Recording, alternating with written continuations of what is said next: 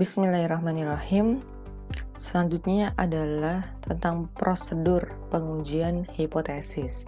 Langkah-langkah yang dilakukan dalam pengujian hipotesis di statistika.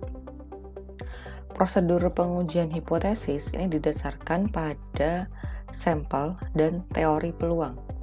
Dari suatu populasi, kita ingin menguji hipotesis mengenai nilai parameter populasi berdasarkan sampel yang kita ambil. Nah, pengambilan sampel ini karena berhubungan sekali dengan teori peluang, maka hipotesis ini hubungannya ada sampel dan teori peluang. Pengujian hipotesis ini dipakai untuk menentukan apakah hipotesis merupakan suatu pernyataan yang wajar sehingga tidak ditolak, atau hipotesis tersebut tidak wajar dan harus ditolak. Perhatikan di sini tidak ada kata-kata menerima.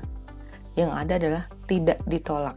Kenapa? Karena dengan menyatakan tidak ditolak itu bukan berarti menerima hipotesis. Itu karena kalau kita mengatakan menerima suatu pernyataan itu impact-nya lebih besar daripada kita sekedar mengatakan saya nggak menolak pernyataan ini. Nah, tidak menolak pernyataan itu bukan berarti menerima bahwa itu benar. Kalau mengatakan bahwa menerima itu benar tuh menjadi hal yang lebih berat. Kalau cuma mengatakan tidak menolak itu kan lebih ringan. Jadi dalam pengujian hipotesis berdasarkan ilmu statistika itu tidak ada istilah menerima hipotesis, tetapi yang ada adalah tidak menolak atau menolak.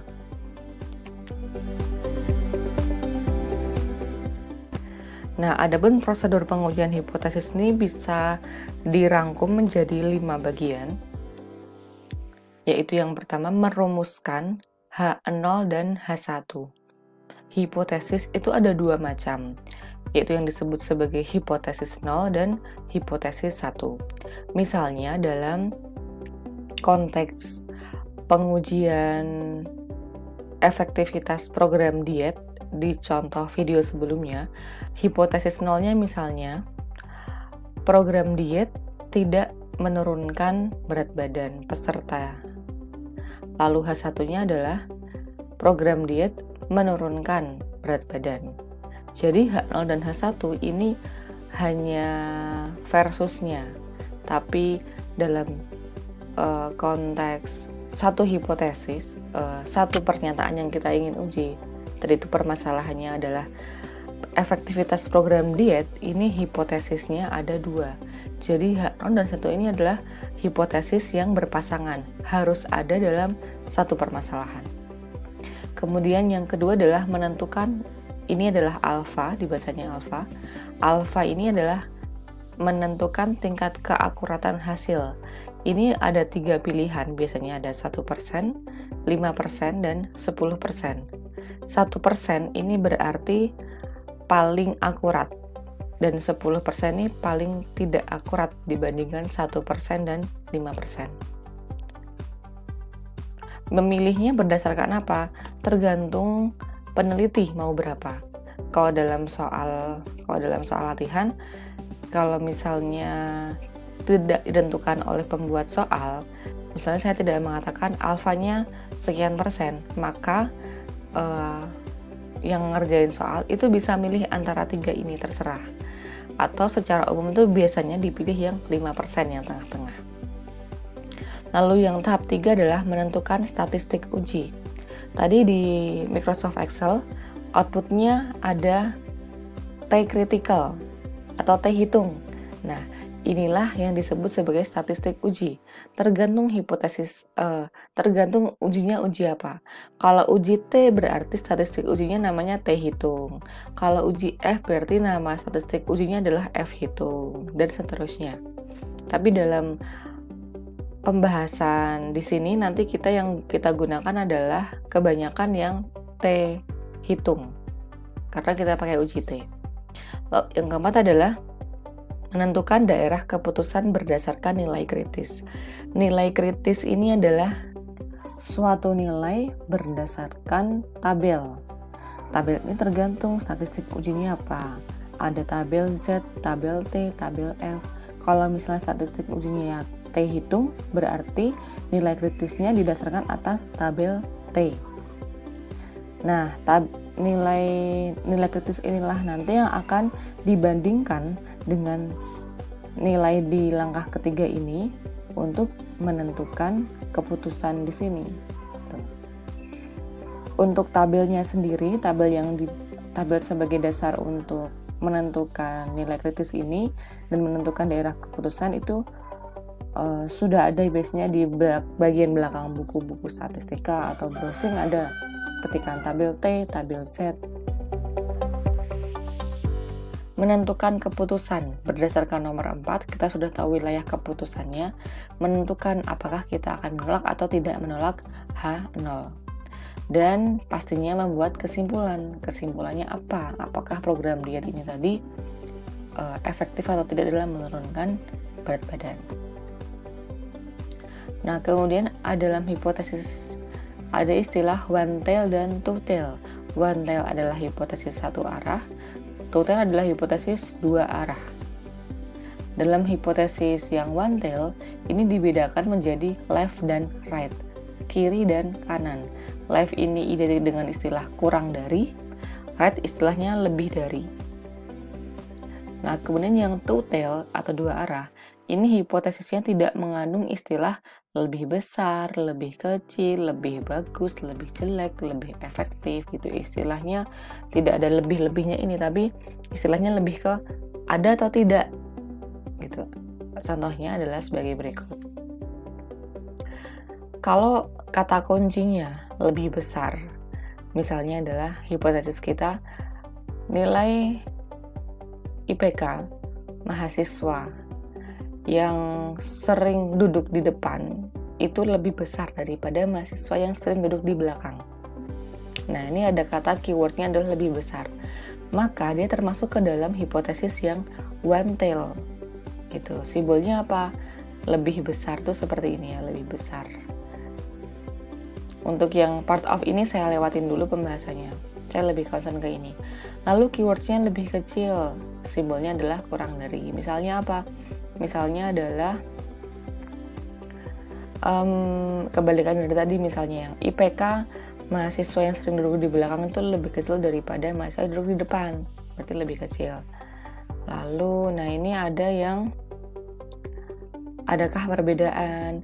Tidak berubah. Ini termasuk yang two tail. Jadi kalau yang ini lebih tidak lebih dari, ini termasuk yang one tail. Lalu paling tidak sebesar sekian. Nah, itu one tail. Lalu apakah meningkat? Itu one tail. Nah, kalau adakah perbedaan? Ini berarti dia two tail. Cuma bilang ada atau enggak, bukan meningkat, lebih besar, lebih kecil. Tidak berubah juga sama saja, two tail. Tidak ada istilah berubah lebih baik, berubah lebih buruk, tapi cuma mengatakan tidak berubah. Nah, dua ini termasuk ke dalam yang hipotesis dua arah. Kemudian ini adalah statistik uji, yaitu untuk yang output Excel tadi namanya adalah critical value atau T hitung. Ini nilai yang diperoleh dari sampel dan digunakan untuk memutuskan apakah hipotesisnya akan ditolak atau tidak ditolak. Statistik uji untuk menguji nilai rata-rata ini bisa pakai T hitung ataupun Z hitung. Ini istilah hitung itu tidak asing lagi ya, X bar, mu ini adalah rata-rata sampel, kalau mu rata-rata populasi, S merupakan standar deviasi, N adalah banyaknya sampel. Lalu yang di sini ini adalah standar deviasi populasi. T sama Z di sini perbedaannya di mana? Cuma di S sama sigma. Variansnya kalau yang T itu standar deviasinya. Kalau yang T ini standar deviasi sampel, kalau yang Z standar deviasi populasi. Standar deviasi populasi ini jarang sekali diketahui karena kan kita menelitinya kan sampel biasanya, nggak meneliti populasi. Ini gambaran dari hipotesis two tail dan one tail. Untuk yang two tail itu tandanya biasanya tidak sama dengan. Karena tadi contohnya adalah adakah perubahan, berarti sama enggak gitu. Kalau yang one tail ini tandanya lebih kurang dari, lebih dari gitu. H1 kalau H0-nya sama dengan, H1-nya tidak sama dengan. Lalu yang kalau H1-nya kurang dari, H1-nya lebih dari, maka H0-nya adalah kebalikannya. Kemudian di sini bentuk daerah keputusan yang tadi yang prosedur uji yang keempat itu adalah menentukan wilayah keputusan. Nah, yang disebut wilayah keputusan ini merupakan distribusi normal. Mungkin sebelumnya pernah saya bahas sedikit tentang distribusi normal ya. Nah, distribusi normal itu distribusi yang simetris kanan kiri, bentuknya seperti lonceng, bell shape. Daerah region of rejection ini yang adalah diarsir. Nah, kalau nilai T hitung itu masuk di wilayah yang diarsir, maka hipotesisnya akan H0-nya akan ditolak.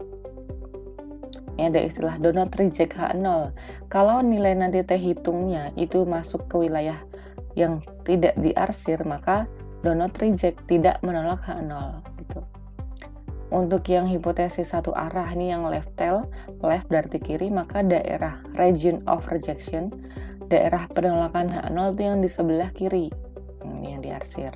Kalau T hitungnya masuk ke wilayah yang diarsir, maka kita akan menolak H0. Sebaliknya untuk yang one tail right tail, dia di sebelah kanan daerah penolakannya. Kalau nilai T hitungnya terletak di wilayah yang di sini, ini nilainya misalnya 1,65 titiknya. Berarti kalau T hitung lebih dari 1,65, maka kita akan menolak H0.